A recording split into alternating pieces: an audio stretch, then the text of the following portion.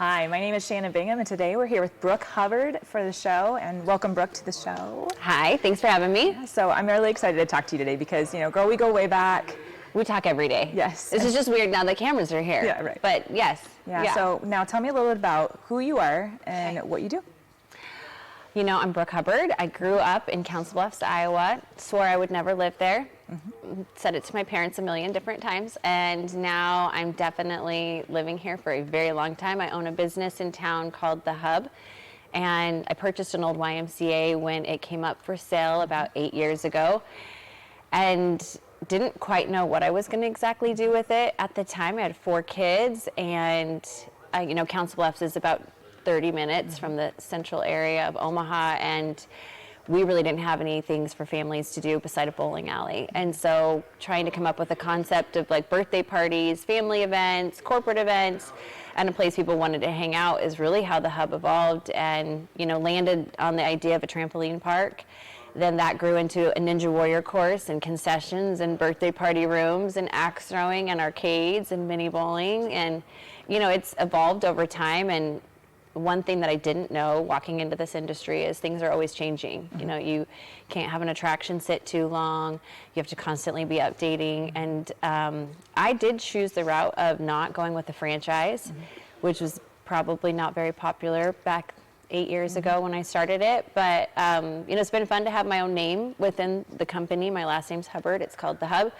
And all the ideas are mine, the colors are mine. I get to have a designer help if I want to change something. So, being able to have that control. You're very similar in your own business, having control. I have a control problem.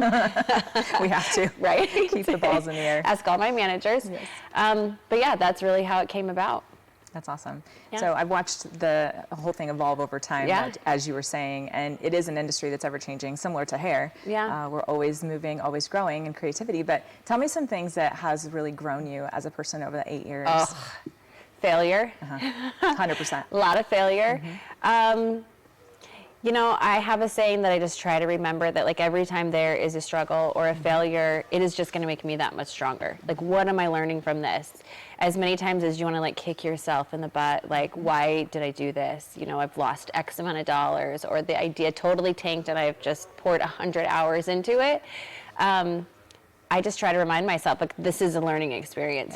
I didn't pay for any kind of education in this field. I obviously went to college, but I don't know that it really helped in what I'm doing right now. And so it's an expensive education I give myself every time I have some kind of a failure within business ideas or things I thought that would work and that don't work. So that has been a huge area of growth, personal and business, because it's a blow to your ego. Yes. As soon as you feel like you've got things put together or you know what you're doing, you realize you really don't. Nope. And you're just going to pivot and you're going to figure it out. And I think that's probably the difference between business owners is you can't accept failure. Like, I just don't accept it. There's a lot of things that I would consider a failure, but that doesn't mean that like I personally am failing. I'm going to pivot, I'm going to figure it out, and I'm going to keep moving. Well, you have done some amazing things, and what's great about your business is it is diversified. Yeah. So, you have the option of, okay, well, this didn't work, so we're going to, other stuff is still working. And I think that was what was hard for me during COVID, is that I was hair only and they shut us down.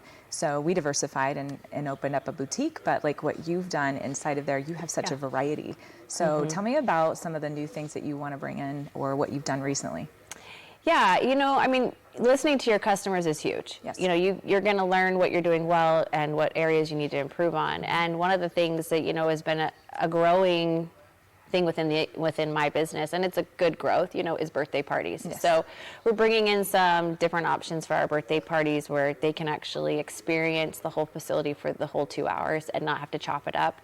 That's something that's coming in 2026. We're also expanding how many birthday parties we can have within the facility versus just limiting it. We're actually doubling that. So that will be fun and I'm sure stressful at the same time. We just opened a new arcade. We've got over $1 million of brand new games sitting in our facility. And so that's been fun to watch the kids come in and be excited about it. You can kind of see the parents' eyes go like, oh, are you kidding me? Yes. That's But so fun. yeah, you know, and then we opened a year and a half ago, I opened the Hub Patio side, and it was, you know, the concept was mini bowling, a bar, food. You know, we've had concessions food, but I wanted restaurant food. I wanted parents to be able to truly have like a dinner with their family. You've just been in this facility for 2 hours. What are you going to do when you leave? Right. You're going to go find a restaurant. Yep. You know, so trying to capture some of those people and allow them to stay and make it easy that they can enjoy food and beverage inside. And, you know, we're transitioning out of the mini bowling. It just wasn't a good match. I learned that there are a lot of maintenance, and with maintenance comes expense, and it comes staffing, and customers that aren't happy when lanes are breaking. So we are switching out the mini bowling and adding more tables for parties. So that's all 2026. So this is news to me. So Yeah. I get to learn something today. Yeah, those lanes are coming out by middle of January. Revamped the website, new Love it. marketing. You know, in a business like this, anytime you brand yourself, you know, you've got to look at your logo and your marketing. Yeah. And is that a clear message? So when people come on your website, are they getting confused on where to go?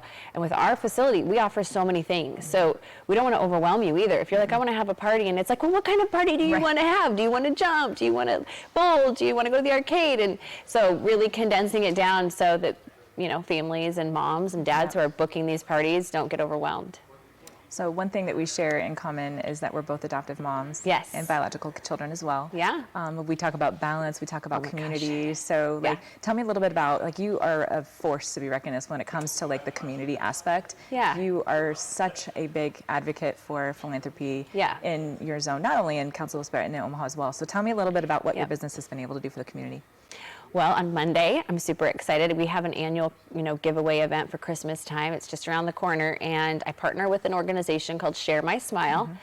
They specifically work with foster care families. How I got introduced to them was, you know, foster care kids are not given birthday gifts very often. We would love to hope that every foster care family is going to take care of those kids, but they don't. And this organization gives them a basket, and it's full of like gift cards or small things that that child can go purchase on their own. And again, I hope someone takes them to do that, right?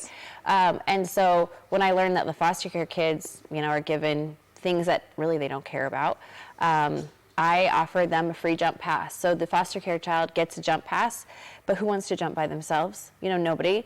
Even my kid, who I call him a hub rat because he's down there all the time, wants to bring 7 or 8 of his friends that cause a lot of problems. But anyway, so that foster care kid gets a jump pass to come to our trampoline park, and then they get a pass for every single child in that home, whether they're biological kids or other foster care kids. So it's kind of like a day to celebrate them. And so, you know, we've donated over like $10,000 worth of passes to that organization. It's up to the foster care families if they want to bring them in. I hope they do. Yeah. It's fun to see those passes, you know, because we redeem them and we keep them, and I get to see how many get used each month. But that same company, Share My Smile, is who we partner with for our Christmas event. And on Monday, I have 155 kids that are going to come to the trampoline park that are in the foster care system that will get to enjoy the entire park for 2 hours. And they also get to have hot chocolate and pizza. I've got Eileen's Cookies donating cookie decorating kits. You're going to come and be there and be present and, you know, have some pictures taken. I'm sure the kids are going to love that. They get a $5 arcade card. Edwards Auto Group decided to pay for arcade cards for all the kids. That's awesome. So, yeah, community, right? Yep. You know, like talking to people. I've had everyone's rallying. about $1,000 cash donations to go towards gifts. So one of the things the kids get to do at the end of the, you know, trampoline park time, they get to pick out a gift within a room that they want. So yeah, it's definitely a community event. But yeah, I mean, it's important. I think. Yes. You know, I think one thing that helps people be centered and balanced is, you know, donating your time. You know, service is a very big piece that I think keep people humble. You know, it's important to me that my kids go out and have service projects. They whine the whole time. They complain the whole time, and I do not care. We will continue to do that event. My kids are going to be at this event. They're volunteering their time. But yeah, I think especially in nowadays, people get on their electronics and they don't get off. You know, I struggle with that as a mom, like making my kids disconnect. And so taking them into a center where we're serving food and you get to see people that possibly you go to school with. And, you know, with Izzy, my daughter that's adopted through the foster care, I don't even think she realizes that, like, she's, you know, one of not very many that kids go through the foster care and never get adopted, you know. Yes. So to have her see the families that are there, or just be aware of it, you know, and she's 18, you know, we've had her for 17 years now, and yeah, just trying to touch the lives of those kids that, you know, maybe don't feel as special. Yeah, that's so great. So you were kind of raised around the car industry, obviously. So I know, we're I here love at Victory this. That's why I was like, Lane. where is Yes. this place? It's I super like fun. this. So Can I tell just me- come hang out and look at all the cars? Because I would be Take down. you for a drive. Yeah. But you know, that I think maybe gave you your start in wanting to be an entrepreneur. You want to talk a little bit about your history? Sure. I mean, you know, my mom and dad are very traditional. We sat down for dinner every day, you know, and sometimes people weren't there, but there was a dinner and whoever was around was to sit at it, and you were to eat everything, including the nasty lima bean soup my mom continues to make still to this day. But, you know, what was talked at our dinner table was real life things. You know, it was talked about business. It was talked about, we knew when things were struggling with the car dealerships. We could feel the tension in the home, or, you know, it was a conversation around budget. I watched my dad take, you know, these car dealerships from just one location to multiple locations, and then seeing my brother step into it. You know, and then on top of that, my other brother, who is the smartest one out of all of us, he's a geologist. You say that. Okay. I say that all the time. My mom said it to us a lot when we were little.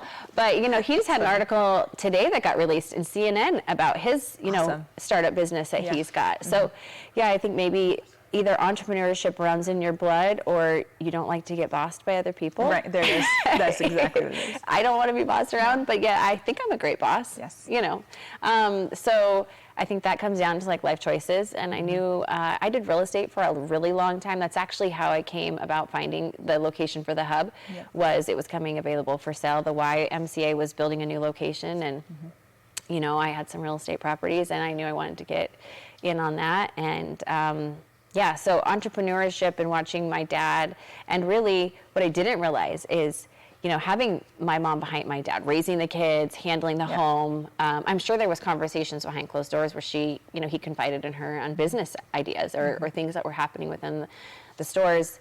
But, you know, they were a united front, and, you know, I think that was pretty amazing to grow up. I don't think you realize that until you're out and about. And, you know, I used to actually joke and say, I have balls for this, you know, and that as a female is probably not the right analogy, and I should find something else. No, but, you do, I promise. You know, I think like part of it is that I really don't get scared of anything, you know, and I probably too many times I'm willing to jump in and say, yeah, let's just figure this out. Yeah.